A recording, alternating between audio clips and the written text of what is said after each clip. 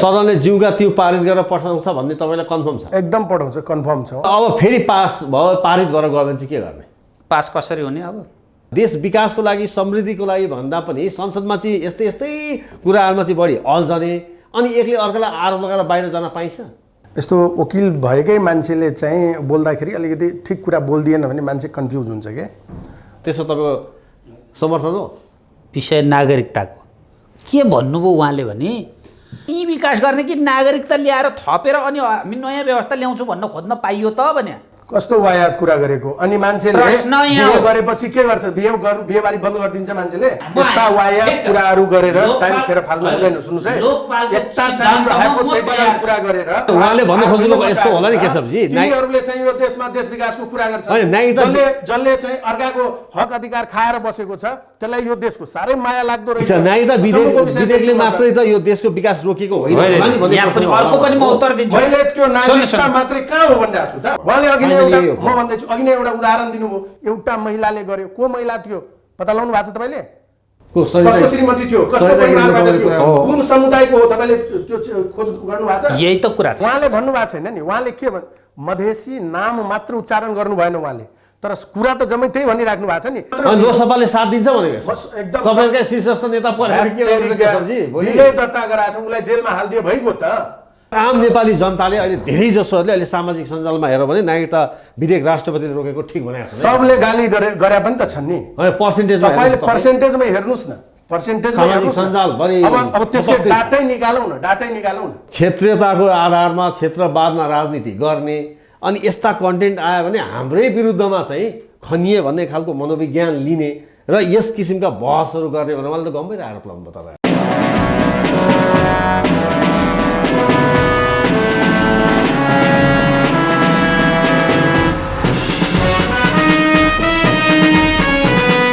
नमस्कार, हेडलाइन नेपालको हेडलाइन विशेषमा तपाईँलाई हार्दिक स्वागत छ। यति बेला नागरिकता विधेयकले चर्चा पाएको छ। राष्ट्रपति विद्यादेवी भण्डारीले 15वटा कारण सहित विधेयकलाई फिर्ता पठाउनु भएको छ, जुन विधेयक राष्ट्रिय सभा र प्रतिनिधि सभाबाट पारित भइसकेको थियो र अहिले नेपाल नागरिकता ऐन 2063लाई संशोधन गर्न बनेको विधेयक प्रमाणित गरेर राष्ट्रपति कहाँ जुन पुर्याइयो, पठाइयो। संविधानतः 15 दिनभित्र यसको टुङ्गो लगाउनु पर्छ राष्ट्रपतिले, तर उहाँले फिर्ता पठाउनु भएको छ।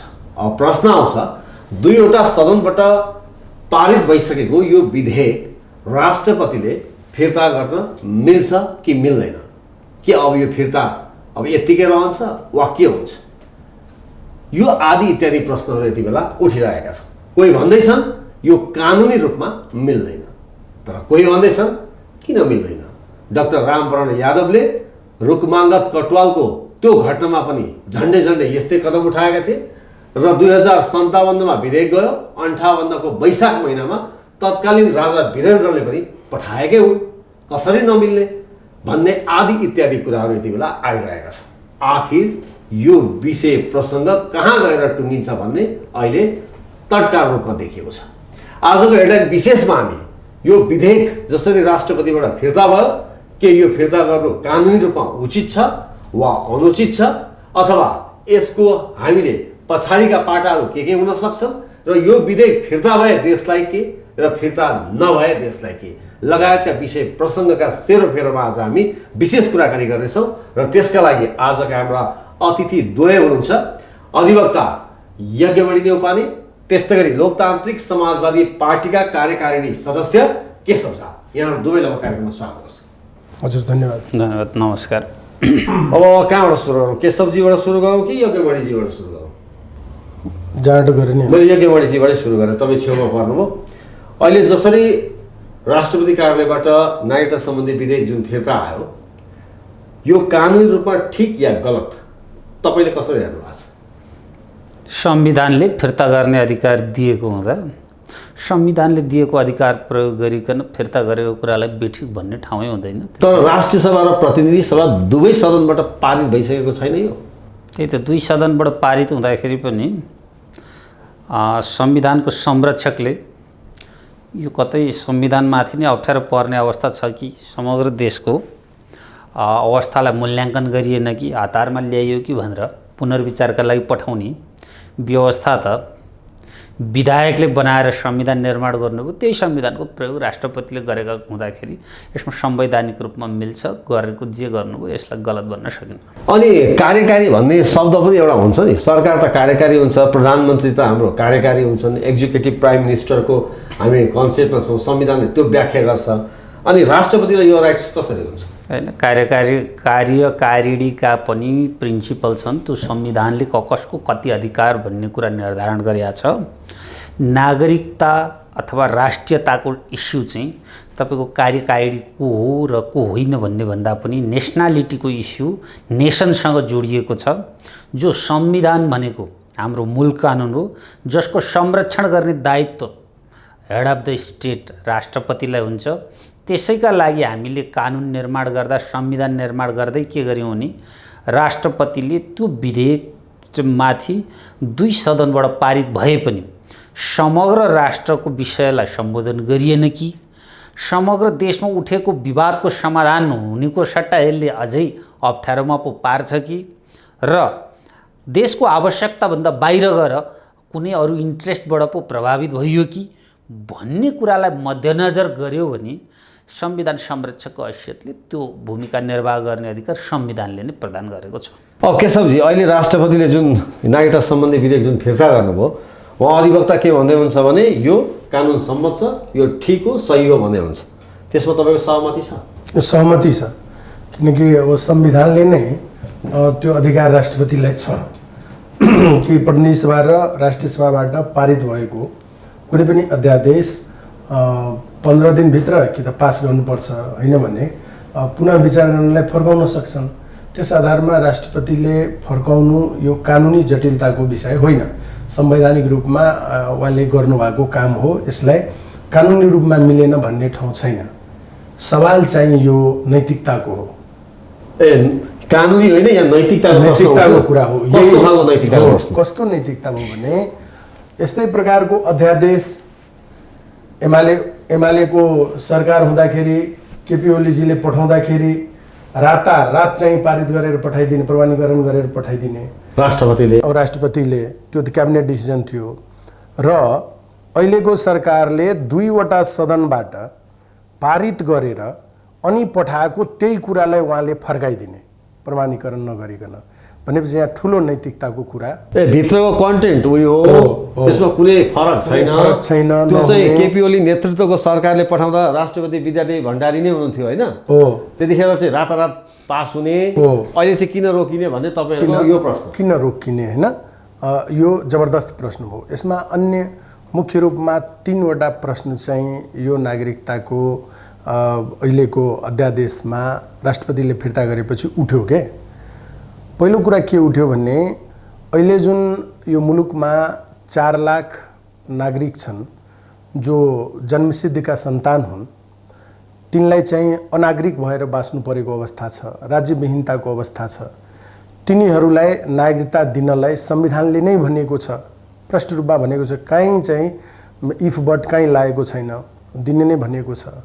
अनि त्यसरी संविधानले भनेको कुरा अनुसार नै जन्मसिद्धको सन्तानलाई चाहिँ वंशज र नागरिकता दिने भन्ने अहिले कानुन पनि बनेर गयो। त यो कुराबाट राष्ट्रपतिज्यूलाई कहाँ आपत्ति भयो? पहिलो विषय भनेपछि के राजनीतिकरण भयो? प्रश्न भन्नु छ के? म भन्दैछु पहिला राजनीतिकरण भएको होइन, तपाईँले त्यहाँ सङ्केत गर्नुभयो नि त। ओली नेतृत्वको सरकारमा पास हुने अध्यादेश होइन, अब अहिले चाहिँ यो विधेयक किन फिर्ता हुने भनेर राजनीतिकरण भयो। अहिले सारा देशले गरिरहेको प्रश्न यही हो कि त्यतिखेर तपाईँले त गर्नुभएको थियो यही कुरा, सेम कुरा, होइन? अहिले चाहिँ किन गर्नु भएन? जबकि त्यतिखेर क्याबिनेट डिसिजनबाट अध्यादेश जान्छ। अहिले त 2टा सदनले पारित गरेर पठाएको छ, होइन? उहाँलाई त्यो अधिकार छ, कुनै पनि विधेयक जाँदाखेरि 2टा उसबाट पारित भएर जाँदा पनि फर्काउने छ एकचोटिलाई, होइन? तर अब त्यो सँगसँगै चाहिँ अरू सवाल पनि उठिरहेको छ के। अब यो सदनले त फेरि पारित गरेर पठाउँला हुबहु ज्यूका त्यो, होइन? त्यो भएपछि अब उहाँले के गर्नुहुन्छ? अहिले त उहाँ चाहिँ एकदम विवेक प्रयोग गरेर गर्नुभयो होला। सदनले ज्यूका त्यो पारित गरेर पठाउँछ भन्ने तपाईँलाई कन्फर्म छ? एकदम पठाउँछ, कन्फर्म छ। तपाईँ स्योर हुनुहुन्छ? एकदम स्योर छौँ। फेरि पठाउँछ, लोकसभाले पनि साथ दिन्छ? साथ दिन्छ, फेरि पठाउँछ। त्यतिखेर के गर्नुहुन्छ? उहाँलाई त पास गर्न त अब पासै गर्नुपर्छ, अर्को विकल्पै छैन। कि त पास गर्दिनँ भनेर राजीनामा दिनुपर्छ कि त हैन। त अब त्यतिखेर त अब उहाँले यदि वास्तवमा अहिले आफ्नै विवेक प्रयोग गरेर पठाएको हो भने त फेरि यदि यो पास भएर गयो भने त उहाँले त राजीनामा दिनु पर्ला, नभए त त्यो विवेक त ठीक छ केशवजी, म तपाईसँग आउँछु। बुझ्छन् अब यज्ञमणिजी उहाँले के भन्नुभयो भने नैतिकताको प्रश्न हो, कानुनी रूपमा अब त्यो राइट्स होला, त्यसमा मेरो विमति रहेन, तर नैतिकताको प्रश्न हो। केपी शर्मा ओलीको नेतृत्वको सरकारले त्यही खालको कन्टेन्ट, त्यही भएको अध्यादेश लाँदा रातारात पास हुने, त्यही कन्टेन्ट भएको विधेयक, नागरिकता सम्बन्धी विधेयक चाहिँ राष्ट्रपतिले चाहिँ नि रोक्ने, यहाँ राजनीतिकरण भयो, नैतिकताको प्रश्न आयो, यो ठिक भएन भन्नुभयो। यसमा तपाईँको विचार के छ? पहिला हामीहरूले के बुझौँ भने हिजो कसैले गल्ती गरेको रहेछ भने आज पनि गल्ती गर्नै पर्छ भन्ने मानसिकतामा जानुभयो। राष्ट्रपति त उहाँ नै हुनुहुन्छ नि त, मान्छे उही हुन्छ नि त। दल यिनीहरू नै थिए। तपाईँ एउटा कुरा भन्नु न, आन्दोलन यही देशमा थियो। 46 सालमा राजा राखेर गए, 62-63 सालमा राजा फ्याँके नै दल होइनन्। समयको परिवर्तनसँगै परिस्थिति, आवश्यकता र देशको भौगोलिकतामा परिवर्तन आउँछ। एक दोस्रो कुरो, मान्छे एउटै विषय एउटै हुँदाखेरि पनि समयको अन्तरालमा हिजो कुनै कार्य गलत थियो भने आज सही गर्ने अधिकार उसलाई राख्छ। हिजोको आफ्नो मूल्याङ्कन आफै गर्न सक्ने अधिकार राख्दैन त। हिजो कसैले गलत गरेर रहेछ भने फेरि त्यसलाई गलतै दोहोऱ्याउनु पर्छ भन्ने छ र? भनेपछि त्यति बेला चाहिँ गलत भएको हो तपाईँको विचारमा? गलत भएको त्यो टाइममा हो, र त्यो गलत अहिले दोहोरिएन भने तपाईँको विचार, ठिक, तपाईँको मान्यता यही हो? गलत दोहोऱ्याउनु हुँदैन। राष्ट्रपतिले विचार गर्नुभयो, समय अन्तरालमा विचार गर्नु। ल ठिक छ, अब फेरि पास भयो, पारित गरेर गयो भने चाहिँ के गर्ने? पास कसरी हुने? अब दलको मान्छेहरू यहाँ आउनुहुन्छ। दुईवटा कुरा छ, सुन्नुहोस्। एउटा तपाईँलाई म एउटा कुरा बताउँछु, त्यो पनि उहाँले जसरी लिगल कुरा र मोरल साइन्सको कुरा गर्नुभयो नि, अब चाहिँ आउँछ संसदलाई मोरलको कुरा। यो चाहिँ हिजोको चाहिँ परिस्थिति आधारभूत परिवर्तन अवस्था थियो। अबको कुरा के हुन्छ भने हेड अफ द स्टेट राष्ट्रपतिले विधेयक फिर्ता गर्दाखेरि गर्नलाई संविधानले दिएको कुरा के हो भने तपाईँ संविधानको संरक्षक हो। संविधानको संरक्षण गर्ने नाममा राज्यको सार्वभौमिकतामाथि असर गर्ने किसिमका विषयहरू संसदबाट पास हुन गए भने पुनर्विचार गर भनेर लिखित रूपमा सुझावसहित पठाउने हो कि। यो मोरल्ली के हुन्छ भने संसद यसमा बृहत्तर छलफल गर्नुपर्ने हुन्छ। ए मोरल साइन्सको नियम चाहिँ अब संसदमा लागू हुने भयो? सामान्यतया अन्तर्राष्ट्रिय अभ्यास हेरौँ, हेड अफ द स्टेटबाट त्यसरी फिर्ता गरिएको विषयमा पुनर्व्याख्या भएर ताजकी व्याख्याका आधारमा जानुपर्ने हुन्छ। सहजै रूपमा ल आज फेरि संसदमा हाल्ने भन्ने हुँदैन। हुबहु पारित हुन सक्दैन? हुबहु पारित हुन सक्छ, तर हुबहु पारितका लागि राष्ट्रपतिले जे आधार लिएर चाहिँ संसदमा फिर्ता गरेको छ ती विषयमा गहनतम छलफल हुनुपर्छ, नम्बर 1। नम्बर 2 कुरा के हो भने आज जुन संसद छ नि, यो संसदको अधिकार अब यो विधेयकमाथि छलफल गर्ने अधिकार राख्दैन यदि हामीहरूले संविधानवादका प्रिन्सिपलमा गएर अगाडि बढ्ने हो। किन? चुनाव घोषणा भइसकेको सरकार छ। चुनाव घोषणा भइसकेपछि सरकार मात्रै होइन, संसद पनि प्यारालाइज हुन्छ कि। यहाँ त संसद अन्तर्राष्ट्रिय अभ्यास के छ भने डेमोक्रेसीको चाहिँ फलो गर्ने हरेक तपाईँको चाहिँ संविधानवादका सिद्धान्तलाई मान्ने संसदीय प्रणालीको अभ्यास गर्ने शक्तिले कहिल्यै पनि संसदको लोगो राखेर चुनावमा लड्न जाँदैन। किनभने संसद घोषणा भइसके पछाडि देशमा निर्वाचन सुरु हो। अब देशलाई दूरगामी असर गर्ने किसिमका कार्य राज्यले पनि गर्न सक्दैन, अर्थात् के भन्छ मन्त्री परिषदले पनि गर्न सक्दैन, र प्रतिनिधि सभा पनि राख्यो भने पनि त्यसको अब हिजोको जस्तो हैसियत राखेर चाहिँ पब्लिक म्यान्डेट हो भन्ने आधारमा कुनै निर्णय गर्नु हुँदैन। देशको दूरगामी असर गर्ने विषय हुन्छ। यी कुराका लागि त हामी जनतामा गइराखेका छौँ नि। जनता हामी यो गर्छौँ भनेर जनतामा गइराखेको भएकाले अब आउने म्यान्डेटले मात्रै यो कुरालाई अनुमोदन गर्ने कि नगर्ने भन्ने लाग्नुपर्छ।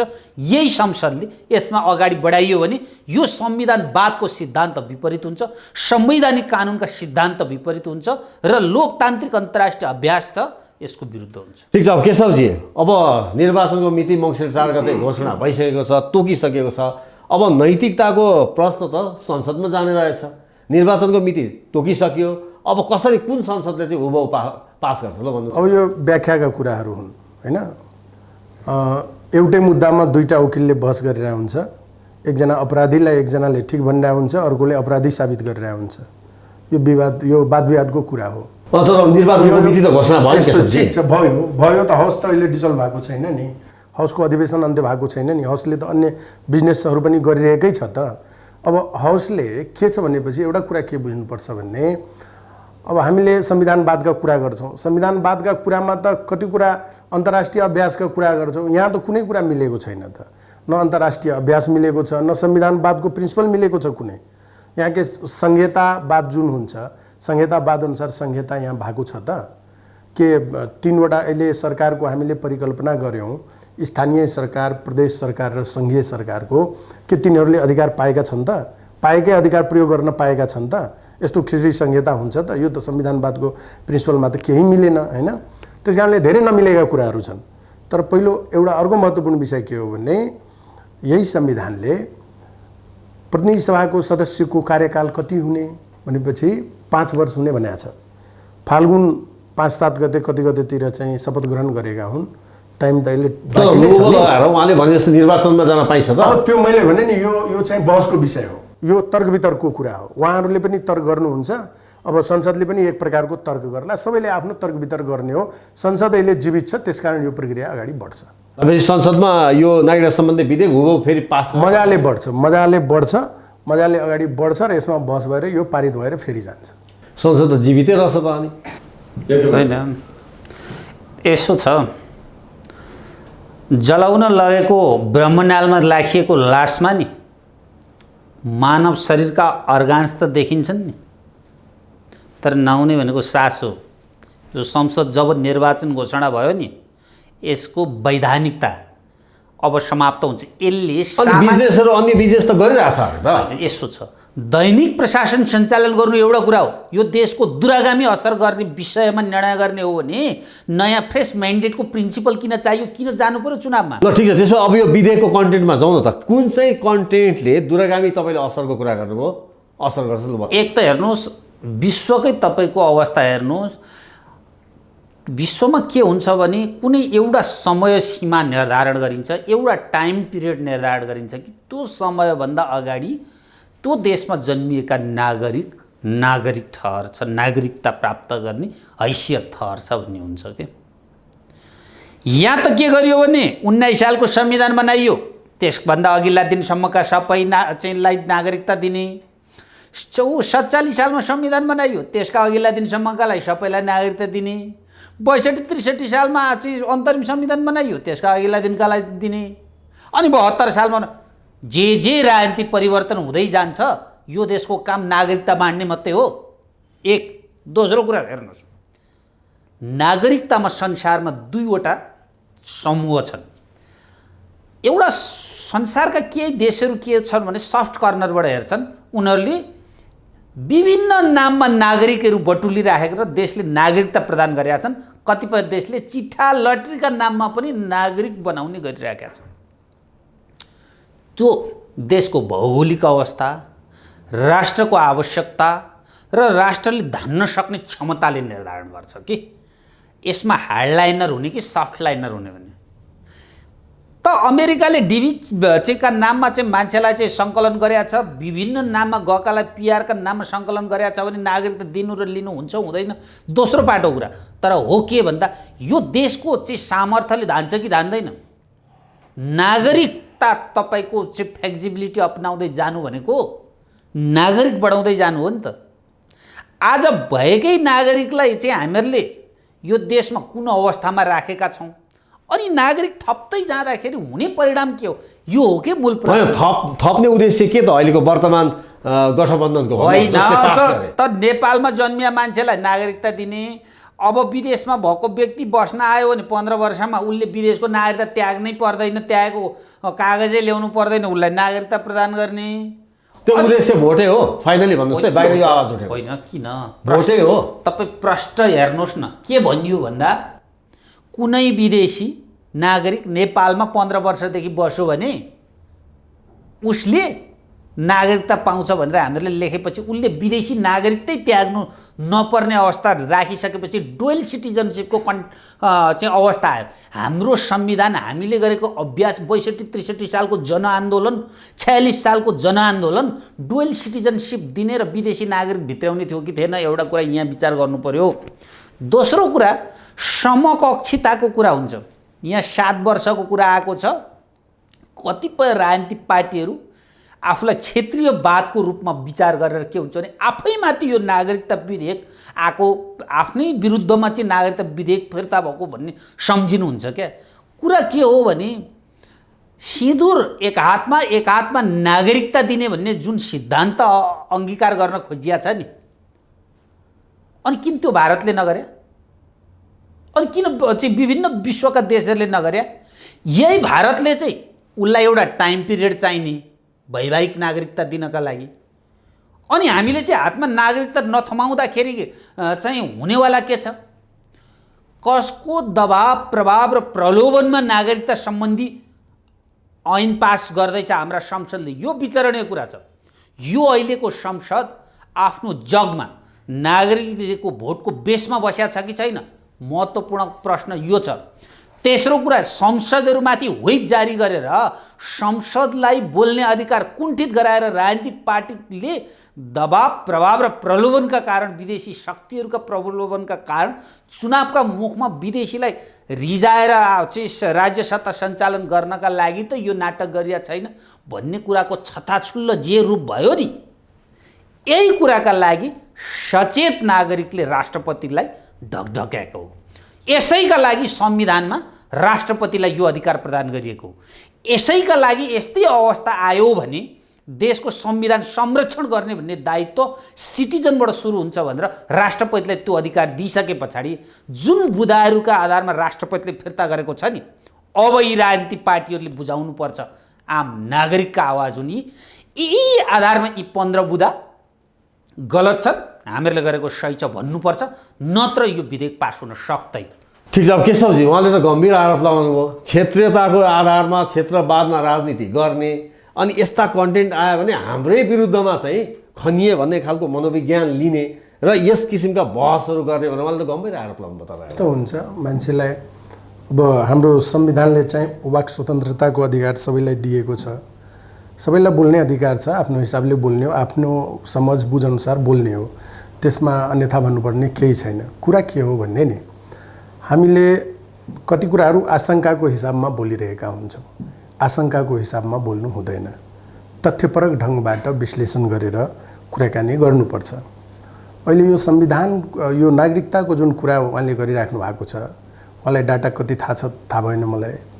अहिले यो जन्मसिद्धिका 4 लाख नागरिक छन् जो नागरिकता विहीन छ, हैन, जसमध्ये 1,36,000 मधेसको 20वटा जिल्लाको, के भन्छ 1,36,000 हो, 1,36,000 मधेसको 20वटा जिल्लाको छ, र बाँकी हजुरलाई के भन्छ 2.5 लाखभन्दा प्लसमा 2,60,000 को करिबमा चाहिँ पहाड र हिमालको जिल्लाहरूमा त्यो जन्मसिद्धिका यो डाटा हो, यो गृह मन्त्रालयको डाटा हो, हजुरले गएर लिन सक्नुहुन्छ, गृह मन्त्रालयले हजुरलाई डाटै दिन्छ, हैन। त यो त्यहाँको डाटा हो। त्यो कसरी क्षेत्रीयतावादको कुरा भयो, हैन। यो नागरिकता कहिलेदेखि लागू भयो, नागरिकता कसले लिन्थ्यो, नागरिकताको के काम थियो हाम्रो देशमा? मैले त 19 सालदेखिको प्रश्न जोड्नु भयो। मैले 19 होइन 20 सालको, 20 सालमै जब आयो नि ऐन, त उहाँले भन्नुहुन्छ कुनै पनि कानुन बन्छ नि, उहाँ त कानुनको ज्ञाता हुनुहुन्छ, कुनै पनि जब कानुन बन्छ, नयाँ कानुन, त एक्जिस्टिङ कानुनलाई हटाउनु पर्ने कारण हेरिन्छ के, हैन, के त्यसमा गडबडी भयो र नयाँ कानुन बनाउनु पर्ने भयो, हैन। त अहिले जुन यो कानुन आएको छ 2020 सालमा पनि उहाँले भनेको वैवाहिक नागरिकताको बारेमा जुन भन्दै हुनुहुन्छ, जसलाई यहाँ अङ्गीकृत पनि भनिदिएको छ, वास्तवमा त्यो अङ्गीकृत होइन। अङ्गीकृत भनेको राज्यले जसलाई अङ्गीकार गर्छ नि, र कोही व्यक्ति यहाँ लामो समयदेखि हाम्रो मुलुकमा बसेको छ, ऊ चाहिँ अब आर्थिक सामाजिक रूपमा धार्मिक रूपमा गतिविधिमा संलग्न छ भने राज्यले चाहेमा उसलाई दिन सक्ने प्रकारको नागरिकता, त्यो अनिवार्यता होइन, हैन, त्यो दिन सक्ने प्रकारको नागरिकतालाई अङ्गीकृत नागरिकता भन्छ। यहाँ चाहिँ बिहे गरेर जो वंशमा आउँछ त्यसलाई चाहिँ अङ्गीकृत भनिदिएको छ। यो त एक त परिभाषाकै एउटा आफ्नो नागरिकता अर्को आफ्नो सिन्धु भन्ने प्रसङ्ग आयो। यो कति अपमान 7 वर्षको कुरा आयो के यो म भन्दैछु, यो कति अपमानजनक कुरा हो के भनेपछि मलाई भन्नुहोस्, पहिला राजा महाराजा हुन्थ्यो होइन, राजा महाराजा बिहे गर्थ्यो, कहाँ गर्थ्यो बिहे? आफ्नै देशको कोही सामान्य नागरिकको छोरीसँग बिहे गर्थेन नि, कुनै अर्कै देशको राजकुमारीसँग बिहे गर्थ्यो नि। बिहे गरेर आउँदा महारानी हुन्थ्यो, उसको नागरिकताको कुरा कहिले उठ्थ्यो? उमाथि संशय हुन्थ्यो? हुँदैन थियो नि। अहिले हामीले के कुरा गर्दैछौँ भने बिहे गरेर आउने, त बिहे गरेर आउँदा उसले त सब थोक छोडेर आयो, तपाईँलाई आफ्नो वंश कुल सबै त्याग गरेर आयो। भारतले दिँदैन अरे, अन्य मुलुकले दिँदैन अरे, अन्य मुलुक नेपाली चेलीको त भारतीय नागरिकसँग विवाह हुन सक्दैन। कोही चेली आछ तपाईँलाई गुनासो गर्न, हावादारी कुरा गर्नु भएन क्या। भारतले के गर्छ त भारतकै हुबहु संविधान राखौँ न त। भारतले के गर्छ, भारतको कुरा हेरेर हामीले सबै कुरा गर्ने होइन नि। हामीलाई के कुरा ठिक हो त्यो कुरा गर्ने हो नि।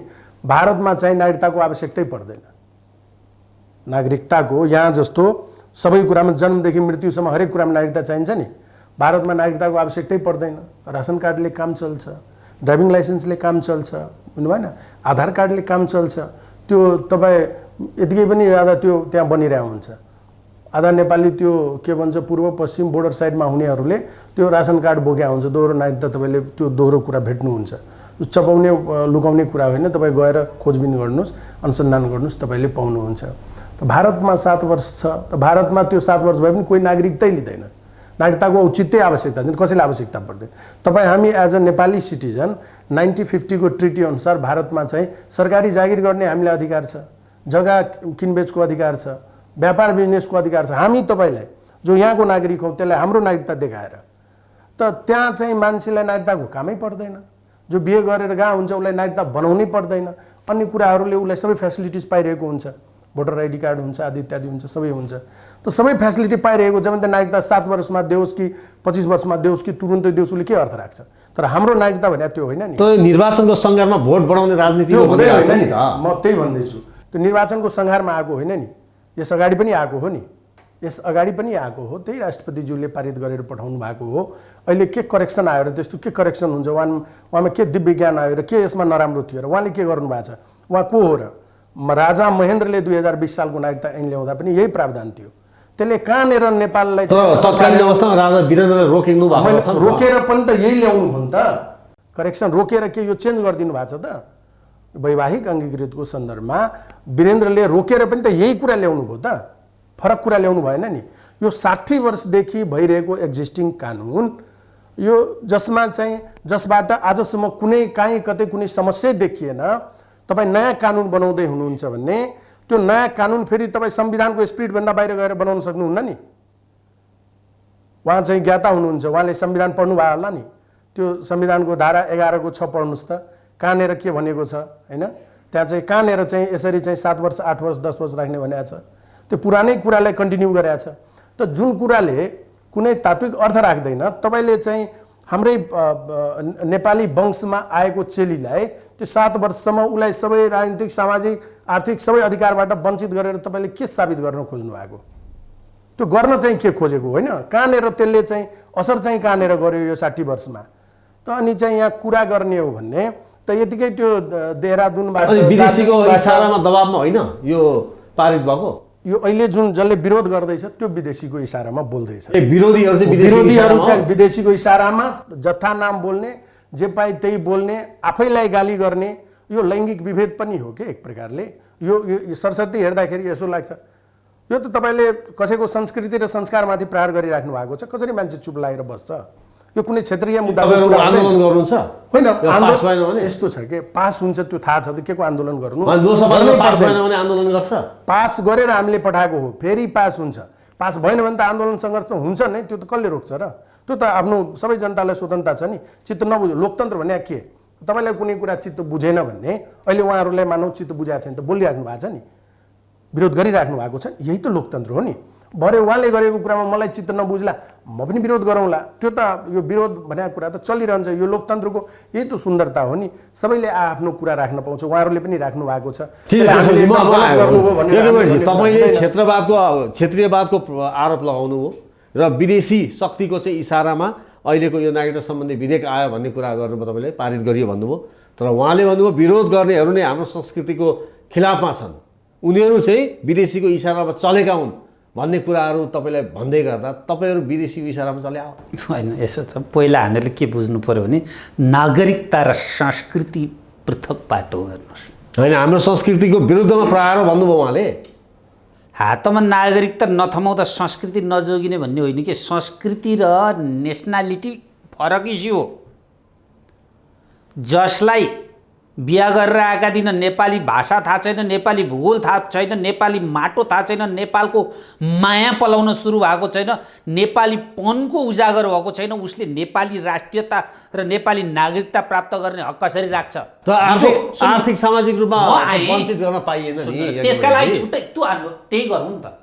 आर्थिक सामाजिक रूपमा ब्याङ्कमा खाता खोल्नका लागि व्यवस्था गर्नुपर्ने त्यसमा गरौँ, स्कुलमा पढ्न समस्या हुन्छ त्यसमा गरौँ, तर नेसनको राज्य सत्ता सञ्चालन गर्ने बागडोरको कुरा छ।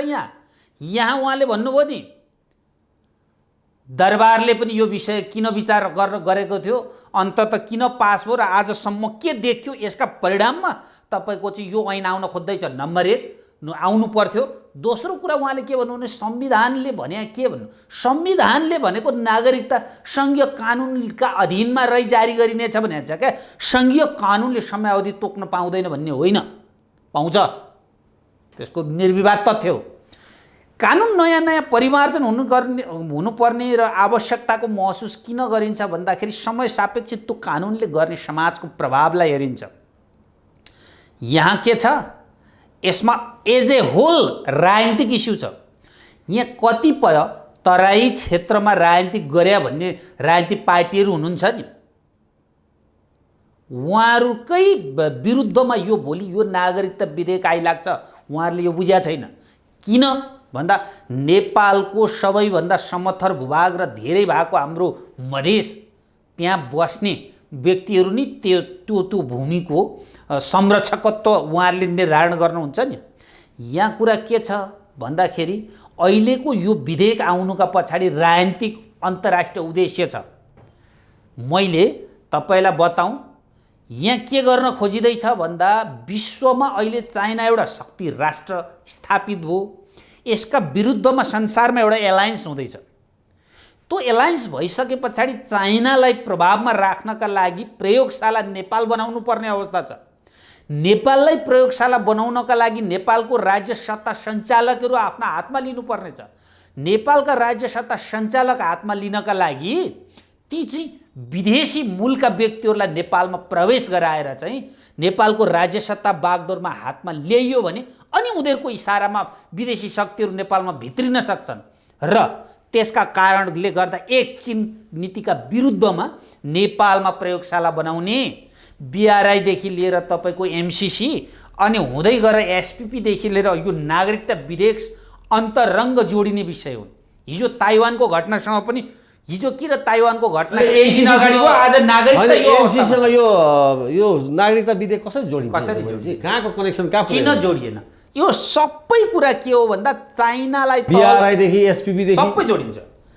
चाइना एक चीन नीतिका विरुद्धमा खेल्नका लागि, चाइनाको शक्ति हरण गर्नका लागि नेपाललाई प्रयोगशाला बनाउनु छ र नेपालका तपाईँको चाहिँ शक्तिहरूलाई चाहिँ निरुत्साहित गर्नका लागि नेपाली माटो, नेपालीपन र नेपालको माया बोकेका भन्दा पनि एउटा भोटर्सका नाममा फिजीकरण तरिकाले चाहिँ विदेशीहरूलाई यहाँ भित्र्याउनु पर्यो अनि उनीहरूको भोट ब्याङ्कका आधारमा विदेशीहरू राज्य सत्ता सञ्चालक बनाउनु पर्यो अनि उनीहरूको इसारामा चाहिँ के हुन्छ भने चाइनाका विरुद्धमा खेल्ने यहाँ चाहिँ प्रयोगशाला बनाएर अनि चाइनालाई कन्ट्रोल गर्ने मिसनका लागि यो नागरिकता आउँदैछ भने राष्ट्रपतिले किन नरोक्ने, तपाईँ हामी किन नबोल्ने, यो विषय आम नागरिकलाई किन नबुझाउने र आम तराईवासी नागरिकहरूलाई यो कुरा किन नबुझाउने, रोटी बेटीको सम्बन्ध छ भन्ने आधारमा हाम्रा बुहारीले चाहिँ नागरिकता पाउँदैनन् भन्ने प्रभाव पारेर चाहिँ राज्य सत्तामा पुग्नका लागि कुनै अमोघ उद्देश्य प्राप्तिका लागि गरिएको यो कार्य किन नबुझाउने भन्ने मूल प्रश्न हो। त्यसैले यहाँ के बुझ्नुपर्छ भने यो प्रश्न तराई मुलको मात्रै होइन, पहाडी मुलका पनि देहरादुनतिर नेपाली होलान् नि, तराई मुलका बिहारतिर होलान्, अझै चाइना तिब्बततिरका हिमाली बेल्टमा बसेका होलान्। यहाँ समस्या समाधान गर्ने नागरिकता हो। अर्को म तपाईँलाई बताउँछु, 4 लाख नेपालीले नागरिकता प्राप्त नगरेको तथ्याङ्क भन्नुभयो नि उहाँले। किन प्राप्त गरेनन्? जन्मका आधारमा 15 वर्ष बसिसके पछाडि अङ्गीकृत नागरिकता प्राप्त गर्ने हक यहाँ आजसम्म भएको 63 सालको र तपाईँको 2020 सालकै नागरिकता ऐनले दिएकै थियो। एक दोस्रो कुरो त चाहिँ के थियो भन्दा अङ्गीकृत नागरिकता आजसम्म प्राप्त गरेकै थिए। अब त्यो ऐन कानुनले निर्धारण गरेको पेरिमिटरभित्र परेन भने त्यसले नागरिकता प्राप्त नगरेको होला। यही भएको चाहिँ अहिलेको चाहिँ मौजुदा कानुनमा बिहे गरेका दिन नागरिकता दिने व्यवस्था राखेका कारण देशमा विवाद आयो। कुरा गर्दै हुनुहुन्छ त्यसैले आजको कुरा होइन, उहाँलाई जानकारी रहन्छ कि कमसेकम यस्तो विषयहरूमा संवेदनशील विषयहरूमा कुरा गरिरहँदा जानकारीका साथ बस्नुपर्छ। अहिले त्यो 4 लाख चाहिँ जन्मसिद्ध नागरिकका सन्तानको कुरा हुँदैछ, यहाँ कुनै अङ्गीकृतको कुरा भइरहेको छैन। यहाँ जन्मको आधारमा दिने भने होइन, जन्मको आधारमा नागरिकता नदिने भन्ने छ र अहिलेको संविधानले अहिले भइरहेको कानुनमा जन्मका आधारमा नागरिकता प्राप्त नगर्ने व्यवस्था छ त। रोकियो त, कसरी रोकियो भन्ने हो नि त। उहाँले जानकारी जन्मको आधारमा नागरिकता दिन बन्द गरेको छ, पाउँदैन अहिले। पाइँदैन के भन्छ त्यसको डेडलाइन छ 2072 असोज 3 भन्दा अगाडि मात्रै, त्यो त्यही कट अफ लाइन हो। त्योभन्दा अगाडि जो जन्मको आधारमा यहाँ थियो त्यो जन्मसिद्ध नागरिक भयो। त तिनकै सन्तानहरूले नागरिकता प्राप्त गरेका छैनन्, तिनको सन्तानको कुरा हो। अब तिनको सन्तानहरूले के भन्छ वंशजको आधारमा नागरिकता प्राप्त गर्नेछ भनेर संविधानमा लेखिएको छ हैन। त संविधानमा लेखिएको छ त त्यो किन दिइएन त? कानुन नबनेर, कानुन बनाइएको थिएन त्यसकारण दिइएन। त्यसमा चाहिँ जो अहिले एमाले पार्टी छ जसको इसारामा राष्ट्रपतिज्यूले अहिले फिर्ता गर्नुभयो, त्यो एमाले पनि त्यसमा पोजिटिभ छ। उसले हौसमा बोलेको तपाईँले सुन्नुभएको होला कि त्यो जन्मसिद्धको नागरिकहरूको सन्तानलाई नागरिकता दिने सवालमा त हाम्रो कुनै आपत्ति नै छैन, उहाँहरूले पनि बोल्नु। बिहा गरेर ल्याएको बुहारीलाई चाहिँ तत्कालै नागरिकता दिने विषयमा ठुलो विवाद। सुन्नुहोस् न, यस्तो बुहारी हुन्छ, के को बुहारी हुन्छ, यस्ता हावादारी कुराहरू गर्नु हुँदैन। तपाईँले भएको कानुनलाई हटाएर नयाँ ल्याउँदाखेरि कहाँनिर असर गर्यो? बुहारीहरूले कहाँनिर असर गर्यो? उहाँले के भन्नुहुन्छ? सुन्नुहोस्, त्यो त्यस्तो होइन, त्यो बोगस हुँदैन। उहाँले एमसीसीदेखि बिआरआईदेखि एसपीदेखि नागरिकता विधेयकसम्म जोडेर फिजिकरणसम्म म भन्दैछु यहाँ यति पाखण्डीहरू छन् के गर्ने के भन्ने के। अब यो बुझ्नुपर्छ, यो राज्यहरूको निर्माणको बारेमा बुझ्नुपर्छ। नेपाल भनेको हाम्रो यहाँसम्म मात्रै थिएन नि, पृथ्वीनारायण शाहका छोराहरूले त गङ्गासम्म पुर्याएका थिए नि।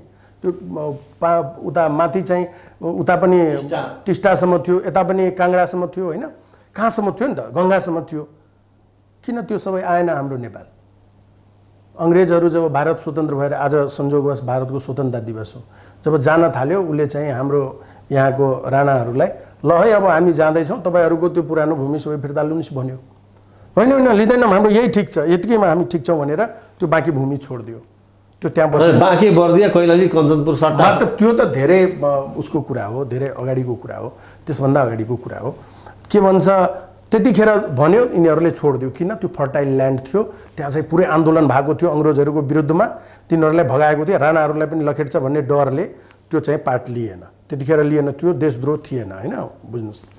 अब चाहिँ अहिले यो पछिल्लो समय आएर त्यसपछि चाहिँ त्रिभुवनै गएर यो नेपाललाई चाहिँ भारतैमा मिलाउनुपर्छ, एकचोटि राष्ट्रपति बन्न पाए पुग्छ भनेर प्रस्तावै लिएर गयो।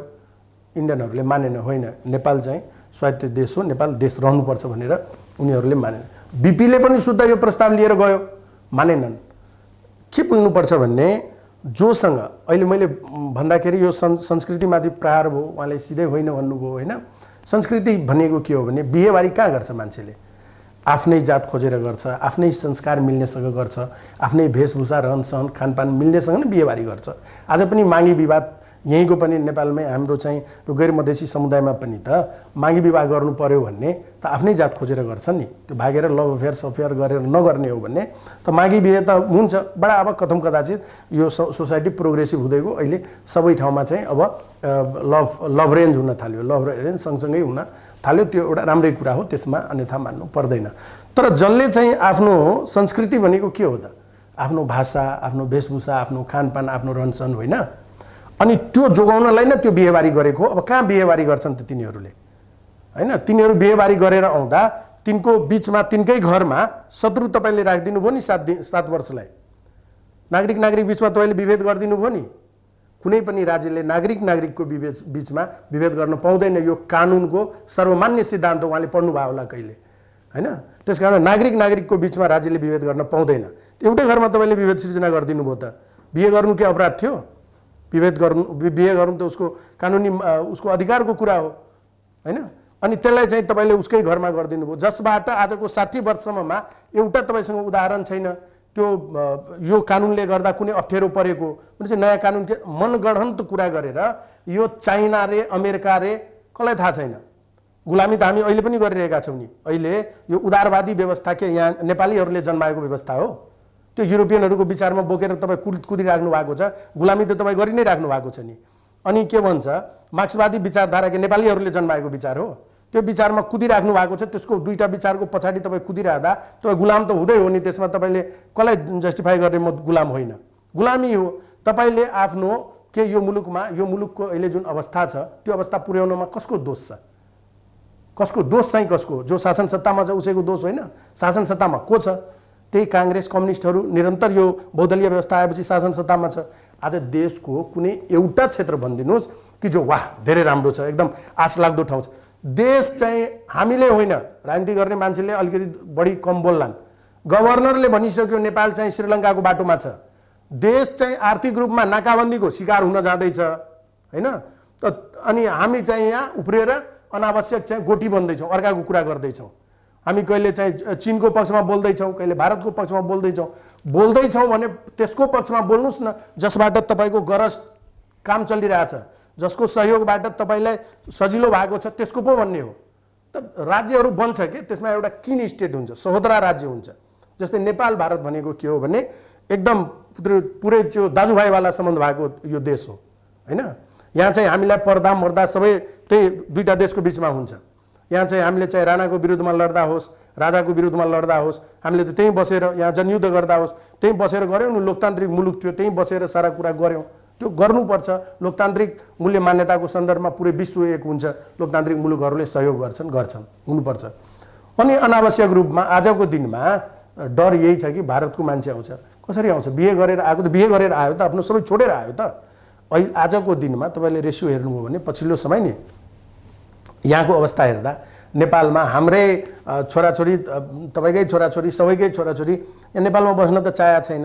यहाँ ठुल्ठुलो कुरा गर्ने, आन्दोलन गर्नेहरूलाई, यस्तो जननागरिकताको विषयमा आन्दोलन गर्नेहरूलाई तपाईँ हेर्न जानुभयो भने त्यो भरे बेलुका चाहिँ त्यो इडिबी भर्नमा र त्यो अस्ट्रेलिया पढ्न जानलाई त्यहाँको चाहिँ उलिनलाई चाहिँ ऊ तछाड मछाड गरेर आउँछ। उसको राष्ट्रियता त्यो हो। उसलाई यो देशसँग माया छैन। बुझ्नुभयो? जसलाई यो देशसँग माया छ, यही देशमा बस्छु भन्छ, उसलाई चाहिँ शङ्का गरेर हेर्ने। अनि जो चाहिँ डिभी र पिआरको चक्करमा देशलाई लात तानेर भाग्दैछ उसको राष्ट्रियता ठुलो राष्ट्रियता रे, ऊ धेरै राष्ट्रवादी रे। यहाँ भएको जम्मै यो यो यो यस खाले कुरा गर्नेहरूको परिवारको एकचोटि सर्च गरौँ त। यस्ता आन्दोलन गर्नेहरूको घर परिवारमै बोल्छन् नेपाली। नेपाल संविधान पढ्ने मान्छेले त हेर्नु पर्यो नि, प्रस्तावनामै लेखिएको छ नेपाल बहुजातीय, बहुभाषिक, बहुसांस्कृतिक। बिहे गरेर आउनेलाई मैथिली बोले पुगिहाल्छ नि, किन उसलाई नेपाली बोल्नु पर्यो? नेपाली बोल्न जान्नुपर्छ र बिहे गरेर आउनलाई? अनि नेपाली मात्रै चाहिँ यहाँको राष्ट्रिय भाषा हो त? कमसेकम संविधानको व्याख्या गर्दा बोल्दा त्यो सबै कुरा सोचेर बोल्नुपर्छ नि। हाम्रो देशमा बोलिने सबै भाषा राष्ट्रिय भाषा हो। हाम्रो देशमा लगाइने सबै पोसाक राष्ट्रिय पोसाक हो। हाम्रो देशमा जति पनि हामी यो खानपान जे छ त्यो सबै राष्ट्रिय नै हो। यही त विविधता हो, यही त बहुलता हो। पृथ्वीनारायण शाहले के भनेको थियो? नेपाल चाहिँ 4 जात 36 वर्णको साझा फुलबारी भन्या होइन? त्यो भनेको नेपाल विविधतायुक्त नेपाल हो है, यसलाई जोगाउनुपर्छ भन्या होइन? अनि चाहिँ त्यो कालान्तरमा उसकै त्यो कुपुत्र सन्तानहरूले एउटै राजा, एउटै देश, एउटै भाषा, एउटै भेष गरेर न सबै यति कम्प्लिकेसनहरू आएको हो। सबैको अस्तित्व स्वीकार दिएको भए त्यो देश त दुनियाँमै सबैभन्दा बढी विविधता भएको मुलुक हाम्रो मुलुक हो नि। यहाँ हेर्नुहोस् त, 10 मिनटको फ्लाइटमा तपाईँ चाहिँ दुनियाँको सबैभन्दा चिसो ठाउँमा पुग्न सक्नुहुन्छ। 10 मिनटको फ्लाइटमा दुनियाँको सबैभन्दा तातो ठाउँमा पुग्न सक्नुहुन्छ। प्राकृतिक साधन स्रोत हेर्नुहोस् होइन? यति फर्टाइल ल्यान्ड हेर्नुहोस्। यति सारा कुरा हुँदाहुँदै आज चाहिँ हाम्रो मुलुकको यो हालत किन भयो त? मुलुकको हालत भएको छ एउटा कारणले, अनि बन्दुक तेर्चाइरहेछौँ अर्कातिर होइन? यस्तो गर्नु हुँदैन। समस्या जे हो समस्याको समाधान गर्नुपर्छ। तर चाहिँ अनावश्यक कुरा झिकेर आफ्नै मुलुकमा चाहिँ जो तपाईँलाई बोर्डरमा बसेर तपाईँको सुरक्षा गरिरहेको छ उसैमाथि शङ्का गर्ने को त जो कहिले बोर्डरै देखेका छैनन्, को जो काठमाडौँभन्दा बाहिर देशै छैन भनेर बुझ्छन्, जसको मानसिकतामा के छ भने राष्ट्रियतै बुझाएको छैन। राष्ट्रियता भनेको भाषण छाट्ने, ठुल्ठुलो एकदम यो झन्डा बाँध्ने, यो झुन्ड्याउने त्यो झुन्ड्याउने। राष्ट्रियता भनेको त्यो होइन। राष्ट्रियता भनेको के हो भने नि, राष्ट्रियता बुझ्नुपर्छ, उत्पादन बढाउनु पर्यो, आफूमाथि आत्मनिर्भरता राष्ट्रियता हो, अरूमाथि भर पर्न नपर्नु राष्ट्रियता हो। मागेर खाने भिख अनि ठुल्ठुलो कुरा गरेर हुन्छ? ल ठिक छ, योगेमणिजी उहाँले भन्नुभयो कि अहिलेको समग्र परिस्थिति हेर्दाखेरि जो चाहिँ आज बोर्डरमा चाहिँ पहरेदारी गरेका छन्, जसलाई राष्ट्रवादले छोएको छ, जसले बोर्डर छेकेर बसेका छन्, तिनको विषयमा चाहिँ यस्ता अनर्गल कुराहरू गर्ने, कहाँको एमसिसी, कहाँको बिआरआई, कहाँको एसपिपी लगायत जोडेर भनिदिने, र जो चाहिँ नै नागरिकता त लिन्छन् तर अस्ट्रेलिया, अमेरिका, युरोप जस्ता मुलुकमा चाहिँ दौडिनलाई खुट्टा उचालेर बसेका छन्, जसमा राष्ट्रियता भन्ने पिटिकै छैन। जो नेपालमा आएर के गर्न चाहन्छ उसलाई चाहिँ हामी राष्ट्रघातीको दृष्टिकोणले हेर्ने अथवा यी राष्ट्रको मायै छैन भन्ने दृष्टिकोणले हेर्ने, अनि जो चाहिँ विदेशमा खुट्टा उचालेर बस्छ उनलाई चाहिँ एकदमै राष्ट्रवादको चर्का नारा दिने भन्ने प्रसङ्ग जोड्नुभयो। यो त यथार्थ हो नि फेरि योगेमणिजी? यथार्थ त्यो होइन, यथार्थ यो हो। म बताउँछु। विदेश जान खुट्टा उचालेको छ कसले भन्ने सीमाले रोकेका छैन। हेर्नुहोस्, यहाँ हिमाल पहाड तराई सबै ठाउँका राजनीति गर्ने नेताका छोराछोरी, राम्रा स्कुलमा पढ्न सक्ने विद्यार्थी, कर्मचारी तन्त्रका माथिल्लो पदका व्यक्तिका छोराछोरी, अर्थात् यो राज्य व्यवस्थालाई जसले चुसेका छन् तिनीहरूका छोराछोरीहरू युरोप, अमेरिका, क्यानाडाका पिआरडिबीमा लाग्या होला। त्यसलाई एउटा व्यक्तिलाई दोष नलगाउँ। यसको गैर जिम्मेवारीपन नेपालमा राजनीति गर्ने राजनीतिक पार्टीहरूको र यसका शीर्षस्थ नेताहरूको हो, आम नागरिक कसैको होइन। नम्बर 1। दोस्रो, यही उहाँले भनेकै उत्तर र तपाईँले तेर्स्याकै प्रश्नभित्र तपाईँको अहिलेको समस्या हो। यो तराईको सिमानालाई संरक्षण गर्ने त्यही तराई मूलमा हुर्केको, त्यही मधेस मूलमा जन्मेको नागरिक हो नि। अनि उसको सुरक्षाका लागि आजको आजै नागरिकता दिने व्यवस्था गरेर विदेशी किन भित्राउनु पर्यो भने सबै बुहारीले सम्बन्ध कायम रहन्छ भन्ने ग्यारेन्टी छ यो देशमा? सबै छोराको विवाह सफल भएको छ? नागरिकता प्राप्त चाहिँ विवाह गरेर ल्याएका दिन नागरिकता दिने, भोलिपल्ट डिभोर्स हुँदाखेरि नागरिकता जीवित रहने, यही होइन हाम्रो व्यवस्था? कि आजसम्म विवाह बदर भइसके पछाडि नागरिकता बदर हुन्छ? कहाँ हुन्छ र? उहाँले कुन देशकोमा हेर्नु भएको छ त्यस्तो भएको? अब त्यस्तो हुन्छ कहीँ दुनियाँमा? त्यही हुँदैन। त्यसो भइसके पछाडि के भयो?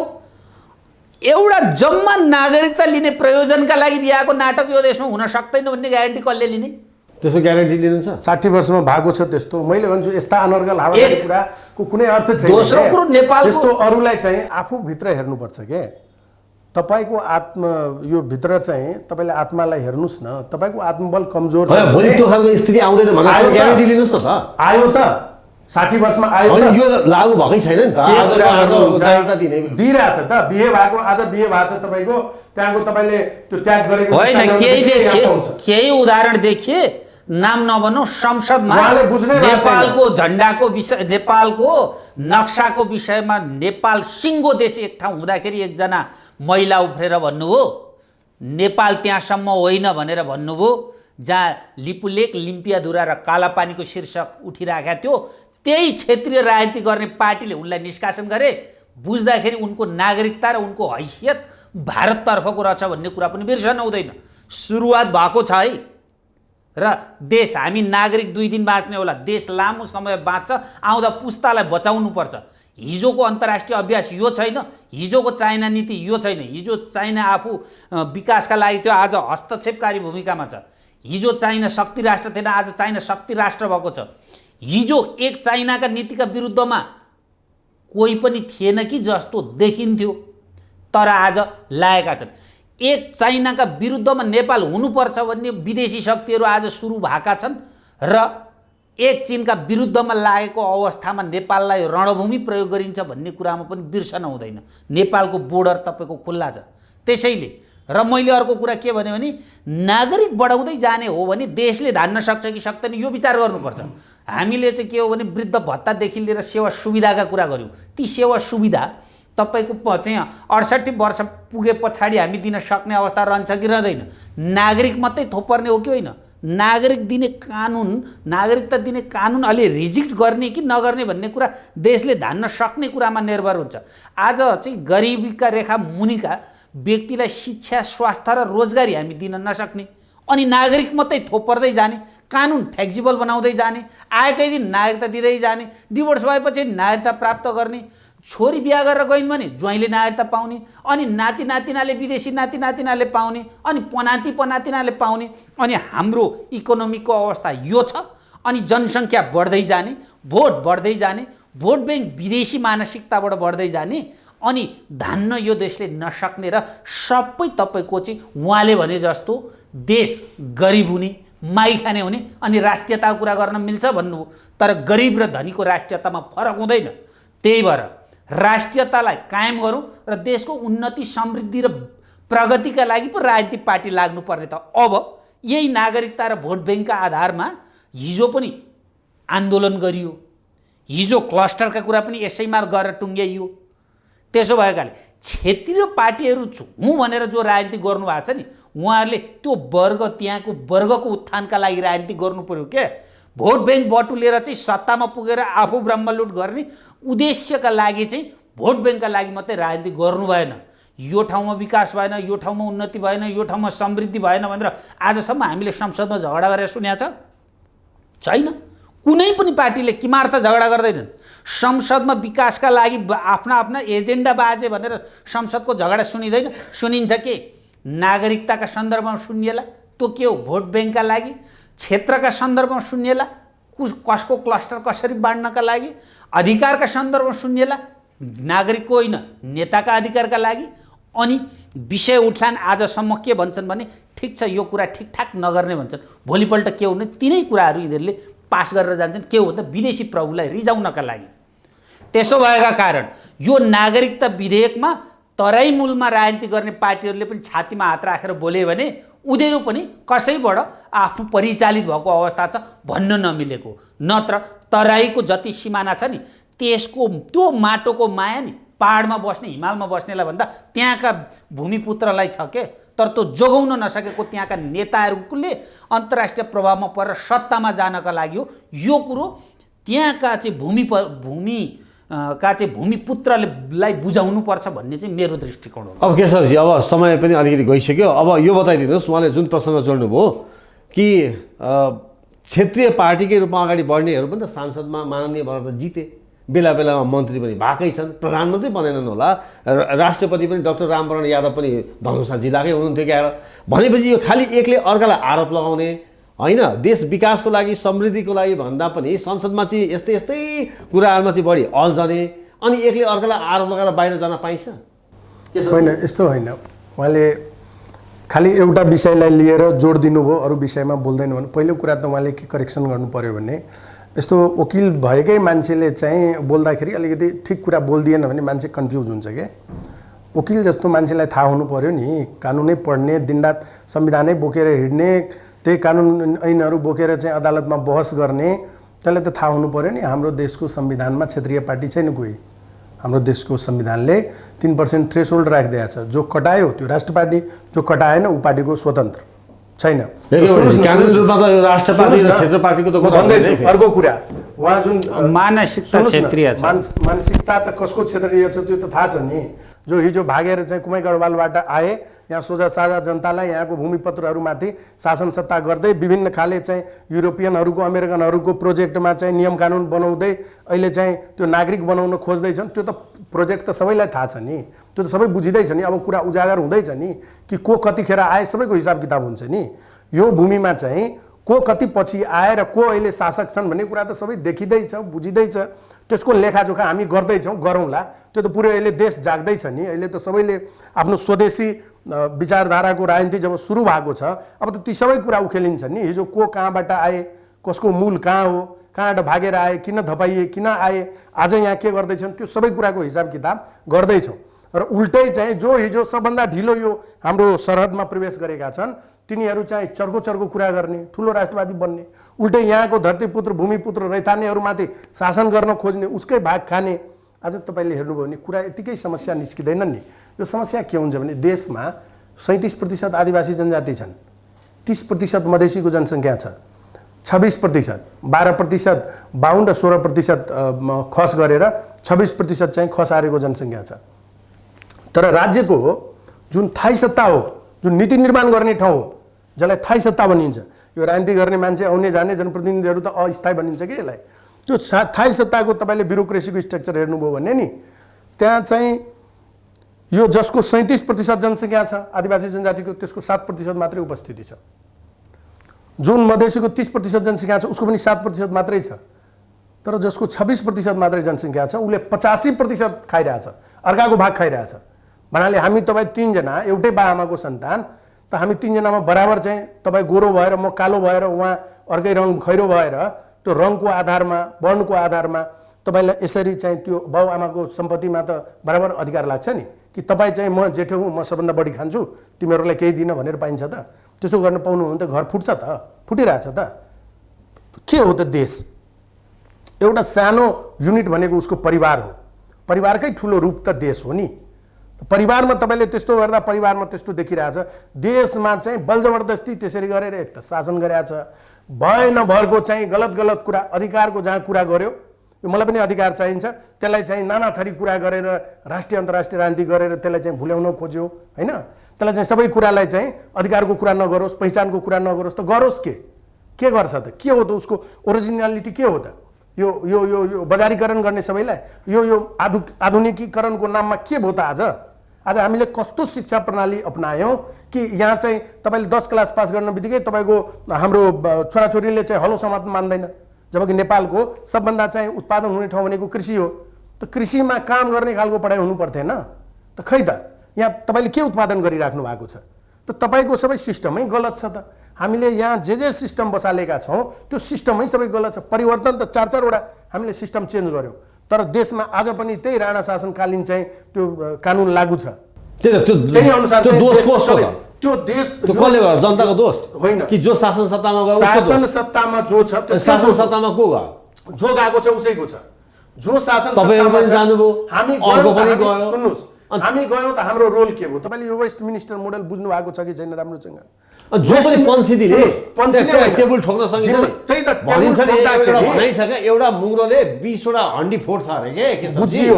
अनि हामीले टेबल ठोकेर समानताको कुरा गर्दा, न्यायको कुरा गर्दा, सबैको इक्विटीको कुरा गर्दाखेरि, सबैलाई समान रूपमा हेरिनुपर्छ भनेर कुरा गर्दाखेरि रायस उठाउने बेलामा हामीसँग उठाएर ल्याउने अनि जम्मै खर्च गरिदिने अन्तै। अनि त्यहाँ गर्न परेन? हामीले हाउसमा के उहाँले कहिले हाउस बसेर हेर्नु भएको छ? हाउसको भाषण सधैँ त विकास निर्माणकै कुरामा हामीले चाहिँ आफ्नो कुराहरू राखिरहेका हुन्छौँ। बजेट आउँदा सबभन्दा बढी चर्को विरोध हामीले गरेका हुन्छौँ। 72% राजस्व सङ्कलन हामीले दिने उठाएर, अनि चाहिँ खर्च गर्ने बेलामा 10% दिएपछि त्यो दोहन भएपछि त्यो कहिले चाहिँ त्यहाँको विकास हुन्छ? विकास हुनै नदिने, कहिले पनि चाहिँ एउटा ठुलो योजना त्यहाँ नपठाउने, एउटा पनि राष्ट्रिय गौरवको योजनाहरू हेर्नुहोस् त, सबै भयभरको सबै राजस्व सङ्कलन गर्दै अनि माथितिर गर्दै गएपछि एउटा हुलाकी राजमार्ग बीपीको पनि चुनावी घोषणापत्रमा थियो र आजसम्म पनि काङ्ग्रेसको चुनावी घोषणापत्रमा छ। तर त्यस्तो हुलाकी मार्ग 25 वटा यहाँ राजमार्ग बनिसक्यो पहाड हिमालमा, किन बन्यो? किन त्यहाँ बनेन?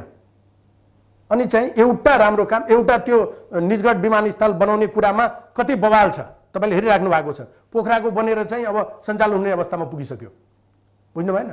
त यहाँ चाहिँ के छ? विकासमा पनि त विभेद छँदैछ त, अधिकारमा मात्रै कहाँ छ र? भनेकै छ त हामीले सबै कुरामा विभेद छ। हामीले त्यति मात्रै होइन, यो शिक्षा प्रणाली पनि ठिक भएन, यसलाई पनि सुधारौँ। यो हाम्रो चाहिँ औद्योगिक जसरी काङ्ग्रेस कम्युनिस्टका जुन नेताहरू हिजोसम्म चप्पलमा थिए, आज राजनीति गर्दाखेरि रातारात पजेरोमा हिँड्ने भए उहाँले नेताहरूको पनि अवस्था त्यही हो। एकदम सुन्नुहोस् न, यो कुरा मान्नुहोस् है तपाईँ। तराई मधेसमा तपाईँले भन्नुभयो नि, तराई मधेसमा नेताहरूको बायोडाटा निकालौँ न। अहिलेसम्म हामी तयार छौँ। सुन्नुहोस्, यो संविधानमा हामीले प्राइभेट संशोधन बिलको रूपमा संशोधन दर्ता गराएका छौँ। त्यसमा संसद सचिवालयमा 1 नम्बरमा राखेका छौँ कि यो चाहिँ लोकपालको व्यवस्था हुनुपर्छ। लोकपाल भनेको अख्तियारभन्दा पनि शक्तिशाली एउटा युनिट बनाऊ र यो चाहिँ के भन्छ ठ्याक्कै यो बहुदलीय व्यवस्था आएदेखि अथवा त्योभन्दा अगाडि जाने हो भने पनि केही छैन। त्यो बेलादेखि चाहे 35-36 सालदेखि जाने हो भने पनि केही आपत्ति भएन, त्योभन्दा अगाडि जाने हो भने पनि आपत्ति छैन।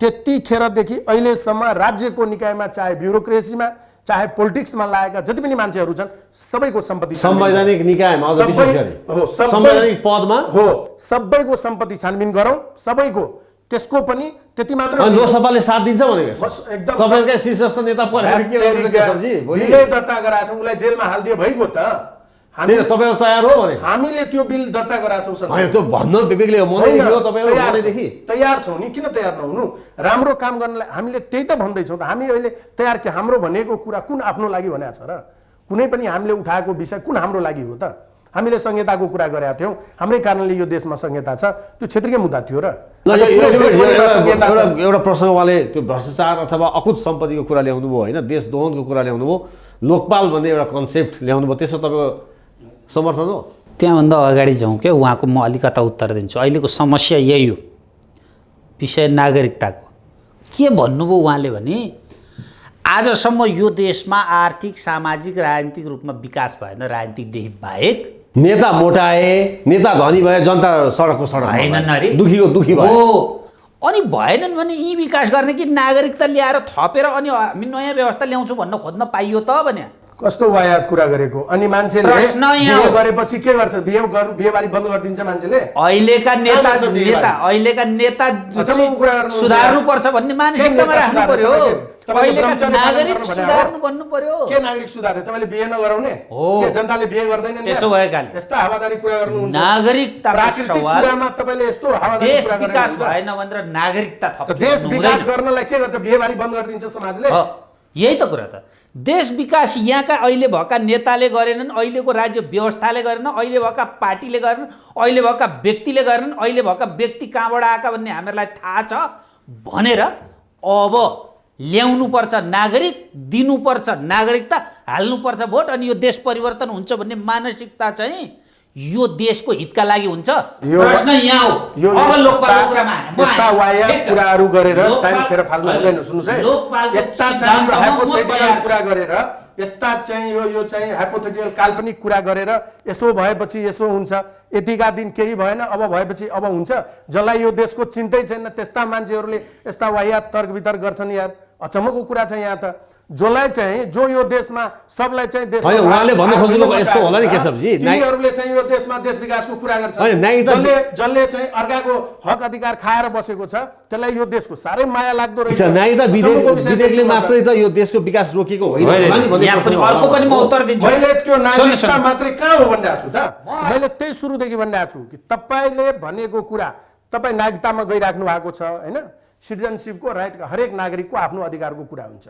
त्यो त तपाईँले दिनैपर्छ तपाईँले रोकेर रुक्ने कुरा हुन्छ तपाईँले भनेर बिहेबारी कसैको बन्द हुन्छ बिहेबारी गरेर तपाईँले कसैलाई ल्याउँदा उसले चाहिँ सिटिजन हुन पाउँदैन भन्ने छ तपाईँले कुन के पढ्नु भएको छ यस्ता चाहिँ बिहेबारी रोक्न भने आऊ उहाँले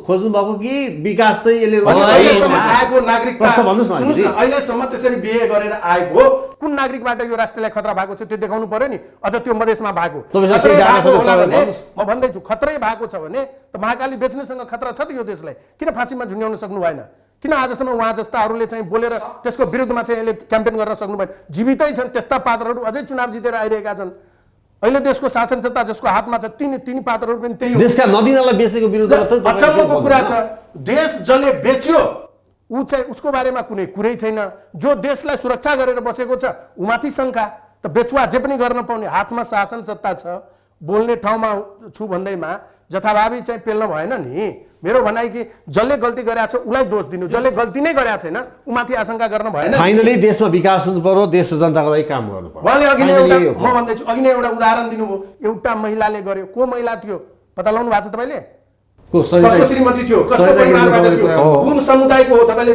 त्यो खोज गर्नु भएको छ यही त कुरा छ अचम्म कुरा गर्नु यहाँ समुदाय यसो छ नेताजी हुनुहुन्छ मैले भनेको कुरा चाहिँ यो चाहिँ तराई मूलका व्यक्तिका विरुद्धमा मेरो अभिव्यक्ति जो बुझ्नुहुन्छ नि यही हो क्षेत्रीय मानसिकता क्या मैले यो भनेकै छैन त तपाईले त भन्दा बारम्बार हैन मेरो प्रश्न देश विकास देश र जनताको लागि गर्नु पर्यो नेताहरूले आफ्नै लागि मात्र बढी सोचे क्या हाम्रो मुलुकमा अनि मैले के भने मैले कुनै त्यसमा पनि हो नि तर उहाँले भन्नु भएको छैन नि उहाँले के भन्नु मधेसी नाम मात्र उच्चारण गर्नु भएन उहाँले तर कुरा त जम्मै त्यही भनिराख्नु भएको छ नि, त्यहाँबाट यसरी नागरिक आउँछन्, यसरी आएपछि त्यो हामीले त्यो 9 क्लासमा द फेबल्स अफ एसुबे एउटा कथा सुनेको थियौँ कि यसरी चाहिँ ऊ हुन्छ बाख्राको पनि बच्चा, बच्चाको पनि बच्चा, यसो गरेर हुन्छ, यो पिठो बेचौँला, यो गरौँला भन्दै चाहिँ त्यो चाहिँ पुरै सपना। त्यस्तो काल्पनिक कुरा गर्नु हुँदैन। यत्तर जहिले पनि कुरा गर्दाखेरि तथ्यमा कुरा गरौँ। कहाँनिर चाहिँ त्यस्तो भयो, त्यो भयो भने कन्ट्रोल गर्ने ठाउँ छ भने कन्ट्रोल गर्ने हो, कानुनै चेन्ज गर्नुपर्ने स्थिति आयो भने त कहाँनिर तपाईँलाई तथ्यमा कुरा गर्नु पर्यो नि। कानुन यतिकै चेन्ज हुन्छ? कानुन पढ्ने मान्छेलाई कानुन कसरी बन्छ, नयाँ कानुनको निर्माण कसरी हुन्छ, पुरानो भएको कानुन किन हटाइन्छ भन्ने कुरा त पढाइन्छ त। त्यो नयाँ बनाउनलाई पुरानोको औचित्य समाप्त भएको हुनुपर्छ, त्यसबाट राष्ट्रलाई नोक्सानै भएको हुनुपर्छ। न नोक्सान भएको छ, न कुनै खतरा भएको छ, अनि नयाँ बनाउने किन आवश्यकता आइपर्यो? अनि के का लागि त के आफ्नो मनमा एउटा मेरो शङ्का आयो, त्यो शङ्का निवारणको लागि। तर आम नेपाली जनताले अहिले धेरै जसोहरूले अहिले सामाजिक सञ्जालमा हेऱ्यो भने नागरिकता विधेयक राष्ट्रपतिले रोकेको ठिक भनेको छ। सबले गाली गरे पनि त छन् नि। पर्सेन्टेजमा तपाईँले पर्सेन्टेजमा हेर्नुहोस् न, पर्सेन्टेजमा सामाजिक सञ्जालभरि अब त्यसको डाटै निकालौँ न, गफ हानेर हुन्छ। त्यो के भन्छ, तपाईँले सामुदायिकै दृष्टिकोणबाट पनि मैले तपाईँलाई डाटा भने त अघि नै, तपाईँले डाटा हेर्नुहोस् न। 63 सालमा चाहिँ 26 लाख जनाले नागरिकता प्राप्त गर्यो, बुझ्नुभयो? त्यो टोली गएर त्यो जसले नागरिकता ल्याएको थिएन तिनीहरूलाई नागरिकता बनाइदियो। त्यो 26 लाखमा जनमधेसले नागरिकता लियो भनेर यहाँ एउटा मनोविज्ञान छ, बुझ्नुभयो? अब डाटामा जानुहोस्, डाटामा जाँदाखेरि त छैन रहेछ त। 14.5 लाख, त्यो 26 लाखमा 14.5 लाख चाहिँ पहाड हिमालको जिल्लामा वितरण भएको छ, र त्यहाँ चाहिँ जम्मा तपाईँलाई के भन्छ त्यो 11.5 लाख भएको छ। 11.5 लाखमा कस्तो छ भने त्यो मधेसमा पनि 2टा मधेस अहिले बनाएको छ, एउटा हाइवे मधेस, एउटा बोर्डर मधेस। त त्यो हाइवे मधेसमा चाहिँ 6.5 लाखले ल्याएको छ, बोर्डर मधेसमा 4.5 लाखले पनि नागरिकता लिएको छैन। तर भन्दाखेरि त 26 लाखले नागरिकता लियो, कसले रे? मधेसीले। 26 लाखमा त 4 लाखले मात्रै ल्याएको छ त। 22 लाख कसले लियो त? पहाड हिमालकै मान्छेले ल्याएको छ, जसले हिजो नागरिकता आवश्यकै छैन, बनाएको थिएन। त्यो भोटर लिस्टमा जब कम्पल्सन गरिदियो कि नागरिकता बिना भोट खसाउन सक्दैन, अनि न सबै लिन थालेको हो। त्यो पनि त के भन्छ 65 को हामीले 64 मा पहिलो संविधान सभाको चुनाव गरे होइन, पहिलो संविधान सभाको चुनावसम्म आइपुग्दा नागरिकता अनिवार्य थिएन, त्यो 70 को चुनावदेखि अनिवार्य हो। अनि के भन्छ त्यतिखेर त्यो लिएको जब अनिवार्य गर्यो त्यतिखेर बाँडेको कारण के थियो भने त्यसलाई व्यवस्थित गर्नलाई हाम्रो देशको को हो भने, अनि बाँड्दाखेरि पनि त्यसरी नागरिकता जान्छ। अनि सधैँ चाहिँ शङ्का चाहिँ उताको मान्छेलाई गर्ने, मधेसको मान्छेलाई गर्ने, त्यसलाई नै होच्याएर हेप्याएर कुरा गर्ने, त्यस्तो गर्नु हुँदैन। हाम्रो भनाइ के हो भने यो देश हामी सबैको, सबैले बनाउने हो। र यहाँ चाहिँ तपाईँले मेरो बारेमा धेरै चिन्ता नगर्नुहोस्, तपाईँले त मेरो बारेमा चिन्ता गरेको त्यो स्वाङ गर्नु परेन। चिन्ता नै गर्नु छ भने न्यायको कुरा गर्नुहोस् न, समानताको कुरा गर्नुहोस् न। त्यहाँ कुनै गडबडी भयो भने फर्स्ट एटेम्प्ट कसलाई हुन्छ नराम्रो? हामीलाई हुँदैन? त्यसको चिन्ता हामीलाई छैन कि हामीमाथि कसैले त्यो नराम्रो नगरोस् भने त हामीलाई चिन्ता छ त। अनि यहाँ बसेर चाहिँ होइन त्यो तिनीहरूकै हितमा हुन्छ, त्यो हितमा हुन्छ कि हितमा हामीलाई थाहा छैन। अनि संस्कार रोकिदिने हामीलाई थाहा छैन। उसको घरमा पर्दाखेरि ऊ चाहिँ 3 दिन मात्रै बार्छ र उता आफ्नो माइती पक्षको, तर यहाँ आउँदाखेरि उसले 13 दिन बारेको हुन्छ नि। त्यो संस्कार हेर्नुहोस् त। हाम्रो उहाँले भन्नुभयो कि आउँछ कति डिभोर्स, तपाईँले मधेसको रेकर्ड निकाल्नुहोस् त, प्रायः डिभोर्सै हुँदैन, रेयर केस पाउनुहुन्छ। उहाँ अदालतमा हुनुहुन्छ, उहाँले कतिवटा भेट्नु भएको छ अहिलेसम्म थाहा भएन। तर मधेसको सबभन्दा राम्रो पक्षको कुरा के हो भने बिहे भएपछि लगभग डिभोर्स हुँदैन, तपाईँले हेरिहाल्नुहोस् रेकर्ड। अनि चाहिँ त्यो शङ्काको भरमा त्यो खेलाची थोरै हो, त्यतिकै आफ्नो संस्कार भाषा संस्कृति सबै मिलेर बिहेबारी गरेको हो त। त्यो सबै कुराले मिलाएको छ, समाज चाहिँ स्थिर छ। अनि त्यहाँ चाहिँ आफ्नै किसिमको नयाँ आइडियोलोजी नयाँ कुरा गरिदिएर अझ त्यहाँ खलबल्याइदिएर एकदम बिगार्ने किसिमको कुरा गर्न भएन नि। ठिक छ केशवजी, अब हाम्रो के भन्छ अब यो बहस त जति गरे पनि तन्किनै रहन्छ। फेरि दर्शकको समयलाई पनि हामीले ध्यान दिनु पर्यो। जे होस्, तपाईँहरू हाम्रो स्टुडियोमा आइदिनु भयो र अहिलेको यो जल्लो बल्लो विषयमा योगेमणिजी र केशवजी तपाईँहरूले आफ्नो धारणाहरू राखिदिनु भयो। अब बाँकी जिम्मा दर्शकलाई छोडिदिउँ। यहाँ दुवैजनालाई स्टुडियोमा आइदिनुको हृदयदेखि धेरै धेरै धन्यवाद। नमस्कार।